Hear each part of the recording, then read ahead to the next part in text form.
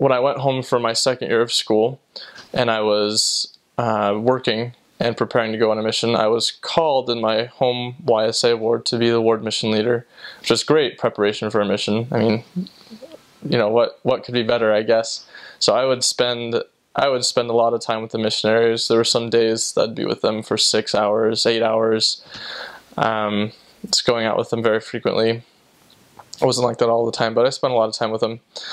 And I remember as I was beginning to get into the process of going out with the missionaries, I was conflicted with a social conflict. There was a play going on, and with another YSA ward, and it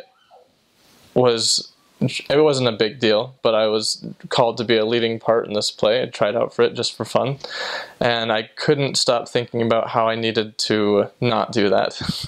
It was definite application of the Spirit presses on your mind when there's something that you need to do. And the director really liked me, and so there was this pressure to do it, but I just knew that I shouldn't do it. And so I contacted her and said, "Hey, I'm sorry, can't do this." And I just immediately felt this weight off of my shoulders. I would have been sacrificing every Monday and Wednesday evening, and those, I think, were critical times to go out with the missionaries. I told her that I couldn't do it, and I just immediately felt a lot of peace. And I believe that it was that immediately following Monday or Wednesday, can't remember exactly, but right after, I told her I couldn't do it, I went out with the missionaries the night that I would have been doing a rehearsal or practice or whatever. And that night was just really incredible. I remember going out with them, and it was just miracle after miracle.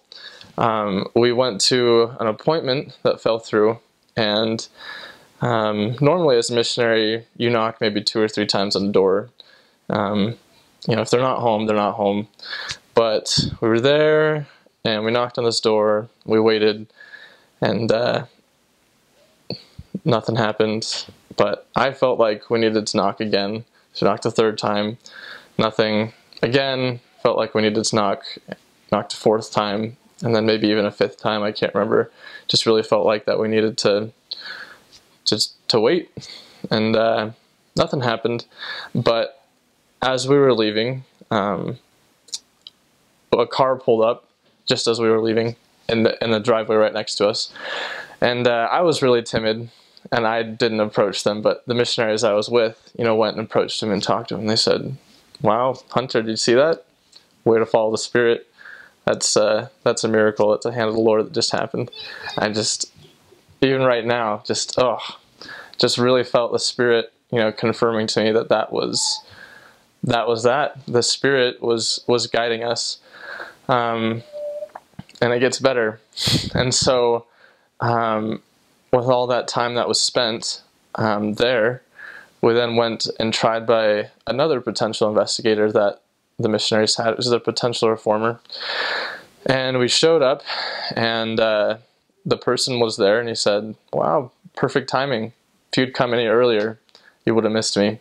And it was just, another witness that was what needed. We were right where the Lord wanted us. And that night we had a lesson with him, and we taught him the word of wisdom. And he had a smoking problem, and we got to tobacco, and he started getting really uncomfortable, and I don't know, it was kind of hard to describe, but you could tell that he was really conflicted with what we taught him. And so he had his cigarettes and his lighter, and he said, "All right, just one more smoke." And so what happened was, as he was having this conflict, I felt prompted to say something to him. He was talking about, should I give up smoking? Should I not? And there was a trash can right there. And so I said to him, "Well, there's a trash can right there. You can start right now." And he said, "All right, just one more smoke and I'm done." And so he He had his last smoke, and then he threw it all away. And that's pretty amazing. I didn't realize how amazing that was until I had more experience. But like, that really showed an act of faith. And it never would have happened if we hadn't followed the Spirit, and if we hadn't been where the Lord wanted us to be. And then after that, we had another appointment, and I don't remember everything that happened, but the Spirit was really strong, and I was there. I felt like they had a dog that could have been a distraction, but I just kind of pet it to sleep, and I felt like that was my role in that lesson, so it wouldn't disturb the Spirit.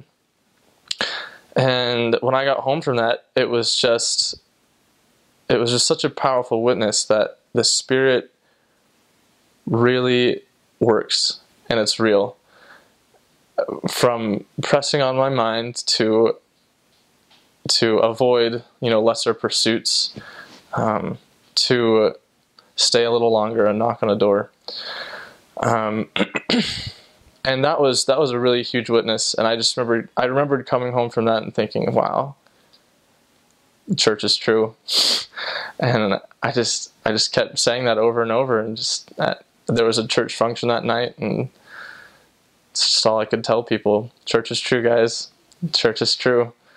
So that was a pretty amazing experience. I don't know that I had experiences quite as intense as that with those missionaries, but I distinctly remember that one, and maybe it was what the Lord needed for me, so that I had that witness that this is what I'm supposed to be doing.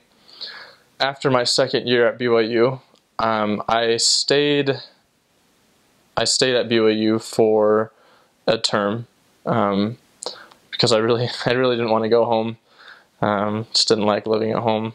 Not a whole lot going on there.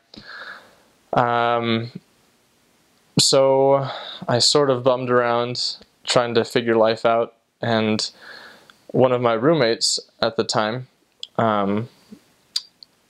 suggested that I go and volunteer at the MTC. And during this time, I had signed up for some intramural sports, and I was on an intramural kickball team with a person in another ward. And I had kind of pushed the idea of volunteering at the MTC out of my mind. Thought, oh, that's a good idea. I'll get to it one day. And so we had a game one day, a kickball game, and he offered to come pick me up. And it was a beautiful day. It was so nice. And this little voice in my head just said, just bike there. Just bike to the fields. So he showed up, and I said, no, it's a nice day. I'm just going to bike there. So I get there, and we start kicking the ball around, but they have rules. They needed a girl. There wasn't one there. And so they had to turn us out. And I thought, all right, well, I remembered that I needed to get some milk. And this is going somewhere, I promise. So I could either go back to a store close to my apartment, or go to the BYU Creamery, which is right next to the MTC, which is really far out of my way, but I just thought that was a good idea for some reason, just go to the Creamery, even though it didn't really make a lot of sense. So I hiked up to the Creamery. It was a little bit of a hike to get up the hill and whatnot. And on my way there, I passed the MTC. And the thought came to me, oh yeah, I could volunteer at the MTC. And so I went in and figured out the process, who I needed to call. And then I started to go on my way again. But a little voice said, no, Hunter, you need to call them right now. And so I called, and I asked if they had any need for volunteers. And they said, sure, come on in. And so I went in, and I was waiting at the reception area in 1M, I think it is. And as I was in there, I don't know how this happened. It doesn't really make a lot of sense, but the receptionist had a doctor's note for one of the missionaries written in French, which doesn't make sense to me. You think that there'd be English doctors at the MTC, but she was a little frustrated, and she asked me, "You don't happen to speak French, do you?" And I did. I took 5 years of French, and so I said, "Well, actually, I do." And she said, "Oh, great. I really needed this. Google Translate just wasn't cutting it." And so I was able to help her translate this doctor's note into French. And at that moment, I just had this really overwhelming feeling of peace and comfort, knowing that I was exactly where the Lord wanted me, in the right place at the right time. And just I had this huge desire to be at the MTC and to go on a mission. And I knew that the Lord had guided me there in ways that I never would have even imagined. That was a pretty neat experience that had happened.